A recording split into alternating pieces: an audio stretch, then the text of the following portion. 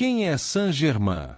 Saint-Germain é o mestre que assumiu o sétimo raio, o raio violeta que era dirigido pela mestra Kuan Yin, no dia 1º de maio de 1954.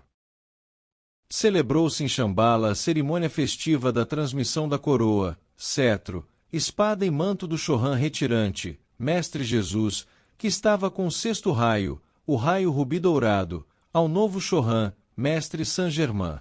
O símbolo da autoridade, coroa, veio à terra sobre a cabeça do arcanjo Miguel, com os primeiros homens, que encarnaram sobre o planeta e desde então, vem sendo usada sucessivamente pelos Chöhans dos 7 raios, por transferência a cada um deles, quando já decorridos 2000 anos.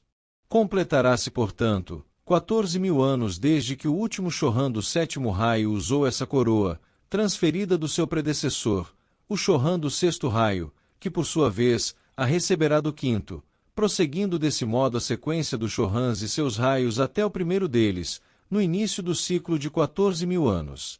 O próprio bem-amado Mestre Jesus colocou nas mãos de Saint-Germain o cetro da autoridade, investindo de poder sobre a evolução de todos os anjos, homens e seres elementais na presente era, ao ser iniciado um novo ciclo de 2000 anos.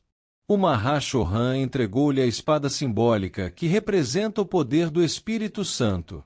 O primeiro gesto de Saint-Germain colocou a coroa sobre a cabeça de sua chama gêmea, deusa da justiça e da oportunidade, a bem-amada Pórtia. Mestre Saint-Germain. Com a possível exceção de Jesus e Maria, temos mais informações sobre Saint-Germain do que qualquer outro ser ascensionado. Os esforços de Saint-Germain para libertar a humanidade começaram durante a civilização do Sahara, há 70.000 anos passados. Ele poderia ter ascendido naquela ocasião, mas escolheu encarnar diversas vezes de modo a manter uma melhor conexão para a Terra, conservando um corpo físico. Ele manteve a continuidade da consciência durante o restante de suas encarnações.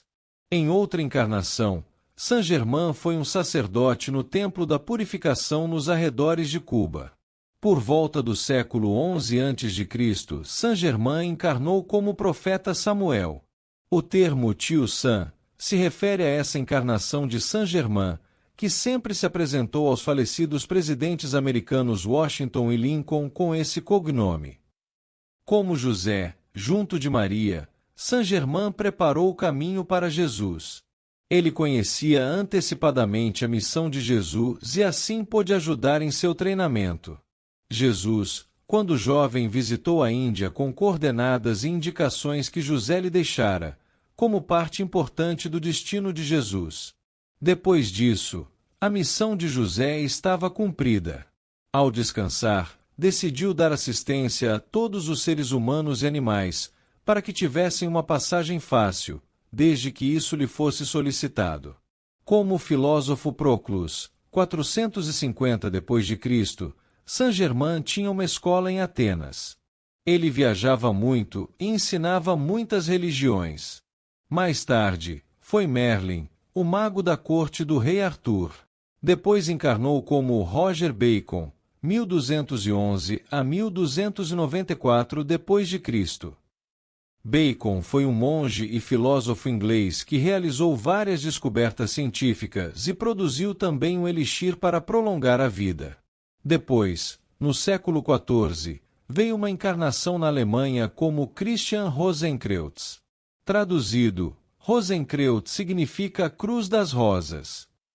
Após passar por diversas iniciações no Egito, Rosenkreutz voltou à Alemanha. Lá fundou a Ordem da Cruz Rosa, da qual a atual Ordem Rosa Cruz é uma consequência. As próximas encarnações de Saint-Germain foram como Cristóvão Colombo e Paracelsus, um químico e físico suíço. A última encarnação de Saint-Germain foi como Francis Bacon, um filósofo e escritor inglês. Ele escreveu diversos livros, incluindo as peças de William Shakespeare. O nome Will-Wine significa que, de acordo com a vontade, Will, do inteligência artificial em Deus, Francis Bacon brandiria, Shake, a lança, Spear, da sabedoria em um mundo cheio de trevas e ignorância. Essa era uma atividade de Saint-Germain, isto é, a iluminação de cada época na qual ele escolhia encarnar. Há cerca de 500 citações nas peças de Shakespeare nas quais o nome Francis Bacon está escrito em código acróstico. Ele também escreveu um livro sobre código criptográfico, que ainda é usado como referência nesse campo. Acredita-se comumente que Francis Bacon morreu em 1626. Tal não ocorreu, porém.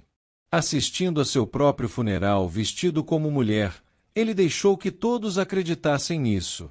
Depois disso, ele deixou a Inglaterra e viajou para a Transilvânia. Deixou o plano terrestre no dia 1º de maio de 1684, ascensionando na chama da liberdade, uma chama que ele nutriu durante séculos. Depois de sua ascensão, Saint-Germain apareceu de novo na Europa. Ele era conhecido como Conde de Saint-Germain, na França, como Homem Misterioso, na Alemanha, como Príncipe Rákóczi na Hungria e como Conde de Belamar em Veneza. Onde quer que Saint-Germain tenha estado, ele era considerado muito rico. Ele assim deixava parecer, de maneira a ganhar influência entre os governantes.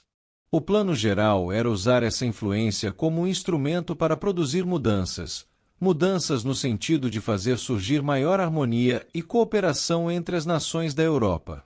Saint-Germain retornou em seu corpo de mestre ascensionado visível e tangível, pouco antes da Revolução Francesa, e essa poderia ter sido evitada se as pessoas tivessem escutado seu conselho.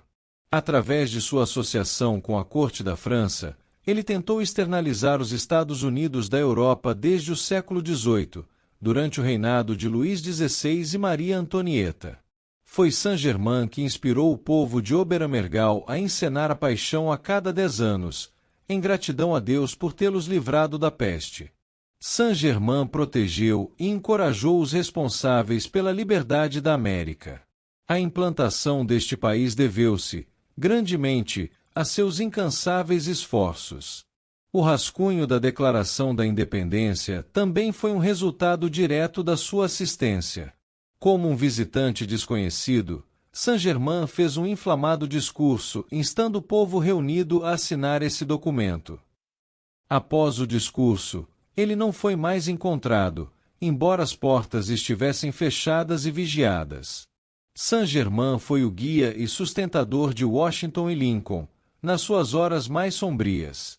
Durante a época em que Moria e Kutumi introduziram a teosofia, Saint-Germain não estava ativo.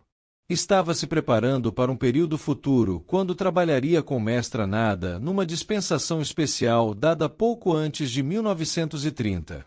Após ter conseguido essa dispensação, Saint-Germain trabalhou com o primeiro mensageiro, o Sr. Guy W. Ballard, até quando esse desencarnou em 1939.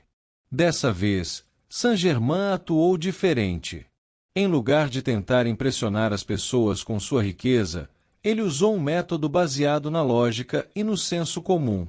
Suplementando, ele acrescentou sua radiação, que fez com que a instrução fosse mais bem aceita através da natureza emocional dos estudantes. Outros mestres ascensionados e estudantes se juntaram a esse esforço que foi denominado Atividade AEN. Após o passamento do Sr. Ballard, Saint-Germain, junto com Moria, obteve uma outra dispensação. Ela foi concedida por volta de 1950 e através desse esforço chamado Ponte para a Liberdade, pôde ser dada informação adicional concernente à lei cósmica, os mestres, os retiros e o plano divino para a Terra. O nome do segundo mensageiro foi Geraldine Inocente. Esse esforço continuou até agosto de 1961, quando Geraldine desencarnou. O retiro de Saint-Germain é a mansão Rákóczi, na Transilvânia. Ele tem um foco na cidade etérica sobre o deserto do Saara. O padrão eletrônico do fluxo de vida de Saint-Germain é a Cruz de Malta. Sua nota tônica e a nota tônica de seu retiro na Transilvânia estão contidas nas valsas de Strauss. A fundação dos ensinamentos do Mestre Ascensionado usa a valsa do Imperador como sua nota tônica e a de seu retiro. Durante mais ou menos 180 anos, Saint-Germain foi o Chohan do sétimo raio, o raio violeta. No dia 1º de maio de 1954, ele assumiu a responsabilidade de ser o diretor do novo ciclo de 2000 anos do período do sétimo raio. Isso lhe deu autoridade adicional para aumentar o entendimento das qualidades desse raio. Jesus foi o diretor do último ciclo de 2000 anos, quando o sexto raio, o raio rubi dourado, era predominante.